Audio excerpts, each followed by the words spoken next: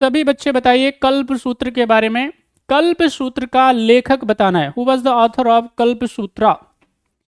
शिमुख, पाणिनि, भद्रबाहु, पतंजलि। फटाफट से बताइए क्या है सही आंसर।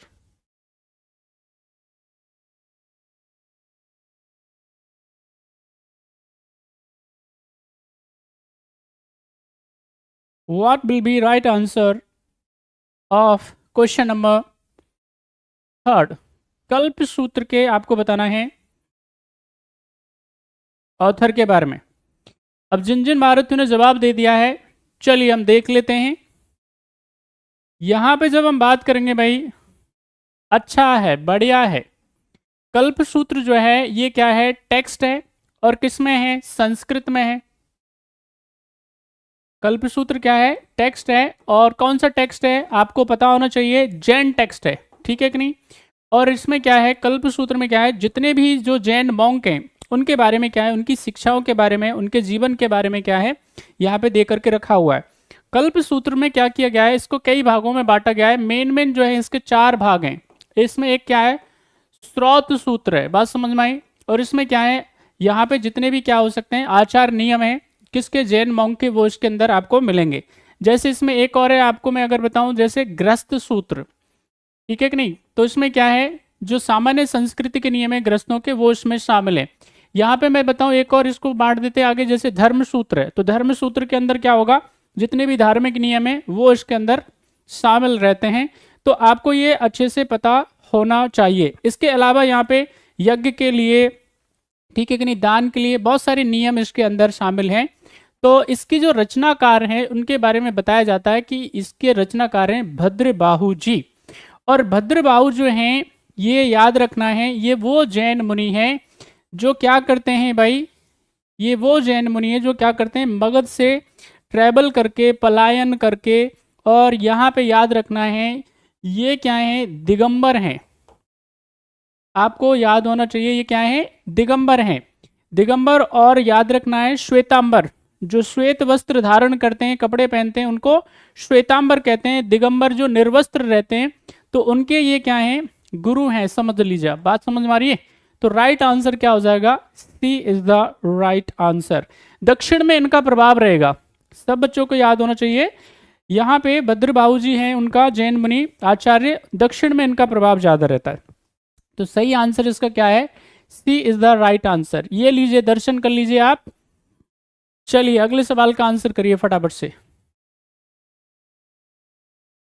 क्वेश्चन आपकी स्क्रीन पे, क्वेश्चन नंबर 4। चाणक्य जो चंद्रगुप्त मौर्य का प्रसिद्ध मंत्री था, किस विश्वविद्यालय में अध्यापक था? फटाफट से बताइए। What will be right answer of question number 4?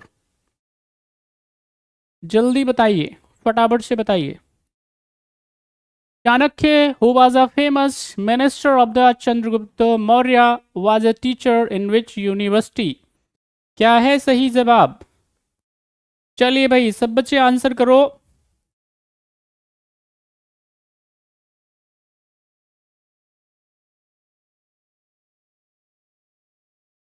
बहुत बढ़िया। चलो जिन जिन बच्चों ने आंसर दे दिया है, अच्छी बात है। हम यहाँ पे जब हम बात करते हैं भैया किन के बारे में? चाणक्य जी के बात, चाणक्य जी के बारे में। तो चाणक्य जी को कई नामों से जाना जाता है, ठीक है कि नहीं? यहाँ पे उनका जो सबसे प्रसिद्ध नाम है, सबसे फेमस नाम है, वो है कौटिल्य। उसके बाद में, कौटिल्य के बाद में एक आता है चाणक्य, और विष्णुगुप्त भी इनको कहते हैं। आप इन तीनों नामों के बारे में मुझे लगता है अच्छे से जानते होंगे। तो चाणक्य का ही नाम जो है वो क्या है? कौटिल्य है। और क्या है? विष्णुगुप्त है। ये क्या है? ये महामंत्री हैं किनके? चंद्रगुप्त मौर्य के। महान साम्राज्य, दुनिया का चौथा सबसे शक्तिशाली साम्राज्य बनाने का अगर श्रेय दिया जाता है, राजा बनाने का क्रेडिट दिया जाता है, किनको दिया जाता है? चाणक्य को दिया जाता है। यहाँ पे राजनीति के जितने भी क्या हैं, फील्ड में काम करने वाले होते हैं, वो इनको जरूर पढ़ते हैं, गुरु मानते हैं उनको।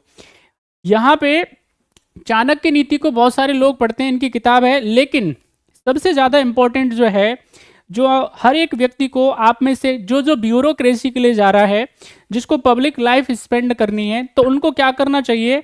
यहाँ पे इनकी बुक है और उसका नाम है अर्थशास्त्र। अर्थशास्त्र को क्या करना चाहिए, जरूर आपको पढ़ना चाहिए। अगर आपको अर्थशास्त्र पूरी नहीं पढ़ रहे हैं आप, तो एटलीस्ट उसको सुन लीजिए, आजकल हर जगह पे प्लेटफॉर्म पे अवेलेबल है। अगर आप सुन भी नहीं पा रहे हैं तो इनके हाइलाइट्स को क्या कर लीजिए, पढ़ लीजिए। यहाँ पे ये तमाम बातें बताते हैं कि भाई इनकी एक बड़ी इंपॉर्टेंट थ्योरी है जिसमें अर्थशास्त्र में पढ़ते हैं, उसको बोलते हैं सप्तांग सिद्धांत।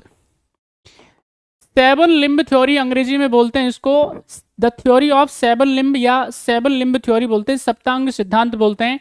और इसमें किसी भी राज्य के बारे में, किसी भी राज्य को अगर ठीक प्रकार से चलाना है तो उसके लिए 7 चीजें बड़ी जरूरी हैं, बड़ी इंपॉर्टेंट हैं। और उनमें पहले नंबर पे होता है स्वामी।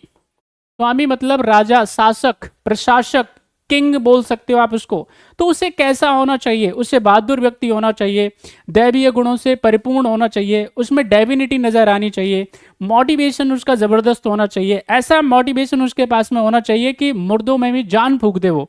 अगर आपके पास इस तरह की बात नहीं है, अगर राजा क्या है लगातार पॉजिटिव नहीं है, मोटिवेट नहीं करता है, लगातार ऐसा नहीं है, ज्यादातर की समस्या ये है कि खुद ही दुखी रहते हैं। अब जरा बताइए वो क्या करेंगे। तो राजा को हमेशा क्या ऐसा होना चाहिए, स्फूर्तिवान होना चाहिए, ताकतवर होना चाहिए, और सभी गुणों से क्या होना चाहिए, परिपूर्ण होना चाहिए। उसके पास में शेर के भी गुण होने चाहिए और उसके पास में लोमड़ी के भी गुण होने चाहिए, उसके पास में हर प्रकार की मेरिट्स होनी चाहिए। यहाँ पे इसके अलावा बहुत सारी बातें, कितनी बारी बात कर सकते हैं हम इनके बारे में। तो यहाँ पे जब हम बात करेंगे भाई, तो ये इतने बड़े क्या हैं, इतना बड़ा सिद्धांत है इनका, चाणक्य जी का अर्थशास्त्र के बारे में जब वो बताते हैं तो बहुत सारी बातें। उसमें जनपद एक इंपॉर्टेंट आता है, जनपद में जनता को सबसे इंपॉर्टेंस दिया जाता है। जनता कैसी होनी चाहिए, एक्टिव, पढ़ने लिखने में काम उसको मजा आना चाहिए, यहाँ पे उसका स्वास्थ्य अच्छा होना चाहिए। जनता के बारे में क्या कहते हैं, जनपद में कहते हैं कि जनता को कैसा होना चाहिए, जनता को अच्छा ह्यूमन रिसोर्स होना चाहिए। अगर जनता ह्यूमन रिसोर्स अच्छा नहीं होगा, यानी कि स्वस्थ लोग राज्य में नहीं होंगे, अगर उनका मानसिक और शारीरिक स्वास्थ्य अच्छा नहीं है, तो फिर वो क्या है, अच्छा ह्यूमन रिसोर्स नहीं बन पाएंगे, राज्य के लिए लायबिलिटी बन जाएंगे और कहीं ना कहीं जाकर के राज्य को खतरे में डाल देंगे। राज्य क्या है, आगे नहीं बढ़ पाएगा, प्रोग्रेस नहीं कर पाएगा। तो मैं आपको इन्हीं की बात से वापस से मैं आपको बोल देता हूं, अगर आपको वाकई में देश को क्या करना है, प्राइम मिनिस्टर बार बार कह रहे हैं 2047 तक भारत को विकसित भारत बनाना है एट द रेट 2047, तो आपको भी क्या करना है भाई, एक अच्छा ह्यूमन रिसोर्स बनना है। ज़्यादा से ज़्यादा आपको नॉलेज एक्वायर करनी है, ज़्यादा से ज़्यादा अपने शारीरिक और मानसिक जो डेवलपमेंट है, विकास है, उसको क्या करना है, अच्छा करना है। तो यहाँ पे ये क्या है भाई, पढ़ाने का काम करते थे, कहाँ पढ़ाने का काम करते थे, दुनिया की बढ़िया यूनिवर्सिटी, उसका नाम क्या है, तक्षशिला। तक्षशिला आजकल क्या है, याद रखना है आपको, ये कहाँ पे, पाकिस्तान में, अभी तो खंडर है, लेकिन एक समय पे क्या हुआ करता था, दुनिया की द बेस्टेस्ट यूनिवर्सिटी हुआ करती थी और बेहतरीन से बेहतरीन बच्चे आकर के इसमें पढ़ाई लिखाई करते थे। बात समझ में आ रही है। लेकिन हुनों के आक्रमण की वजह से, ठीक है कि नहीं, ये क्या हो जाती है, खत्म हो जाती है, विध्वंस इसका कर दिया जाता है। इसके संस्थापकों की जब हम बात करेंगे, इसके टाइम की बात करेंगे, तो ये 5वीं सदी ईसा पूर्व की बताई जाती है,